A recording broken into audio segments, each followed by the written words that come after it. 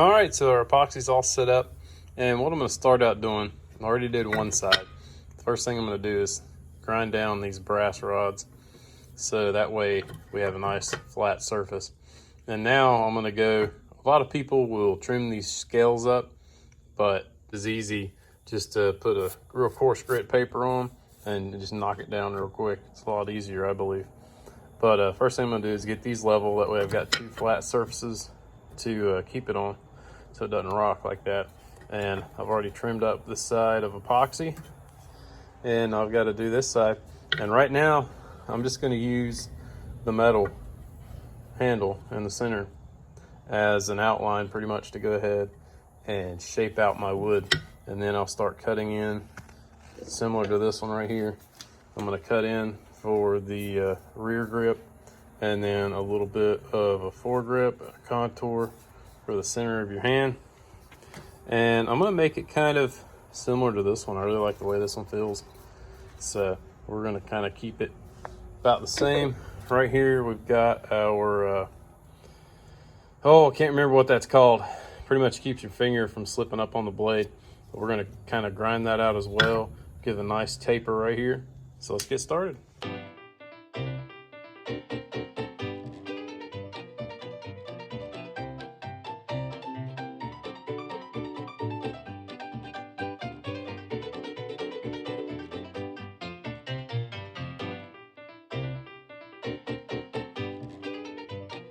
So now you can see everywhere we've got it down to the metal, and we've got the shape of our handle.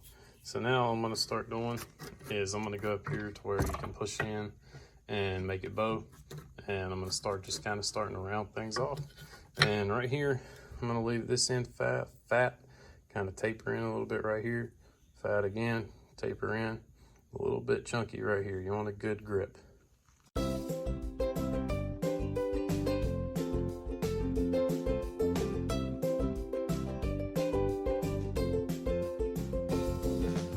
All right, so what I've done is I have kind of finished this grind out here with 1,000 and 600. Kind of started at 600 and went to 1,000, kind of smoothing that up so I can polish it up a little bit.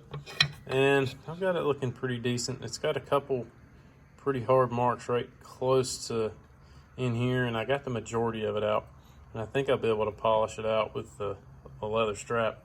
But now what I'm going to do, that I've got my thickness, I don't know if I can get this to focus in or if you can even tell the thickness, but it's probably 1/32 of an inch.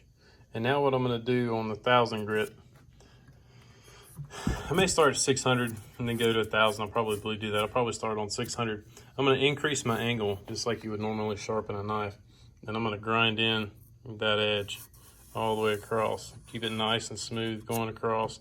I'm going to do it evenly on both sides. So I'll make like one pass, flip it around, make a pass, and so forth. That way your edge is nice and even.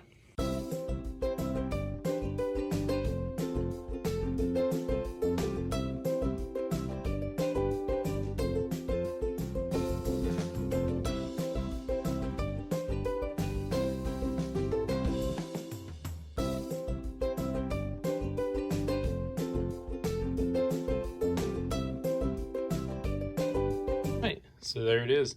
So we've got our edge ground in pretty nice. I did mess up a little bit right here. I got a little bit too shallow, but I'm going to touch that up right in there. And the rest looks nice and even going all the way through to the tip. So now what I'm going to do is I'm going to clean that up, make one more pass right through here, clean that up. And I'm going to put the leather strap on here. We're going to get this thing shaving hair. And I messed up earlier. I totally covered my handle in black soot. I should have covered up my handle before I started grinding on the blade. And that's one thing I didn't even think about. But when you do the handle before you sharpen the blade and grind the blade in, you got to cover the handle up with something or keep your hands clean. So we'll have to do a little bit more sanding and clean that off. So I got my leather strap on here, and this is just a compound to pretty much polish it and sharpen it. So what I'm going to do is cut it on, just put a little bit on there.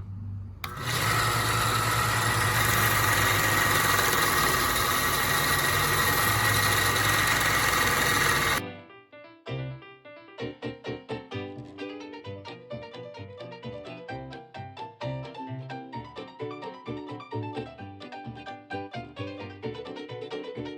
can see that right there, that's hair.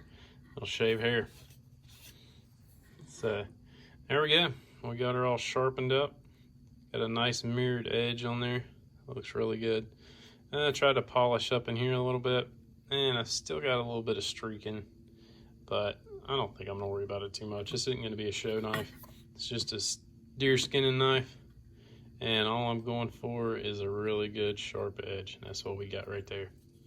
So now clean the handle up, and we're gonna do a little testing and pick out a finish. All right, so I've been working on this one. This is the one I made with the tang, and I got my handle all finished out, I believe. I think it feels pretty good. It might be just a touch on the thick side, but I got big hands, so that's the way I kind of want it. So I'm not gonna make the same mistake that I did with this one. So I've got some blue painter's tape, and it's hard when you get kind of in a zone and you're just trying to focus really hard on doing something. That's just kind of crap that happens to me all the time. So I'm gonna go ahead, take some blue tape, I'm gonna coat this handle real good. Here we go. Now I'm gonna go ahead and start my grind on this one. I'm not gonna bore you with that.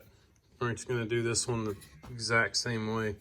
But on this one, I don't know, my blade's about the same thickness. So I'm gonna put pretty much about the same grind on there. All right, well, I got this one all cleaned up from all that black stuff off of it. And I think it actually worked really good because I took in a little bit more material and I spent a little bit more time kind of around in here cleaning it up and getting it nice and smooth. And I had some issues right in here because that's hard on a belt sander to get that angle right there. But went ahead and got the spine all cleaned up, and I think it looks pretty good. This little void in the mesquite wood went a little bit deeper than I thought it did. It went almost all the way through. And I was thinking about filling it in with epoxy, and you know, I kind of like it. The more I kind of look at it, I think it's really going to look good with the kind of hammered blade that I'm going with. And I think I'm just going to leave it and go ahead and seal it and see how it does. And this one turned out pretty good too. I don't know what it's going to be. It's almost kind of like almost kind of has like a fillet knife kind of texture or shape, but it's got a thicker spine. So I don't know, just kind of playing around with that one, just trying out some new kind of styles and something I may like. But I like the handle on that one, just got a good feel, almost like the old Rapala fillet knives. And so I went ahead, and this is a little piece of mesquite, and I went ahead and used just some mineral oil right here. Got it off Amazon, like a gallon of it for, I don't know, I've had it forever. I think it was like $15 or $20, but that'll probably seal 1,000 cutting boards. But I wasn't sure exactly what color that was going to turn out with the mineral oil, so I did that.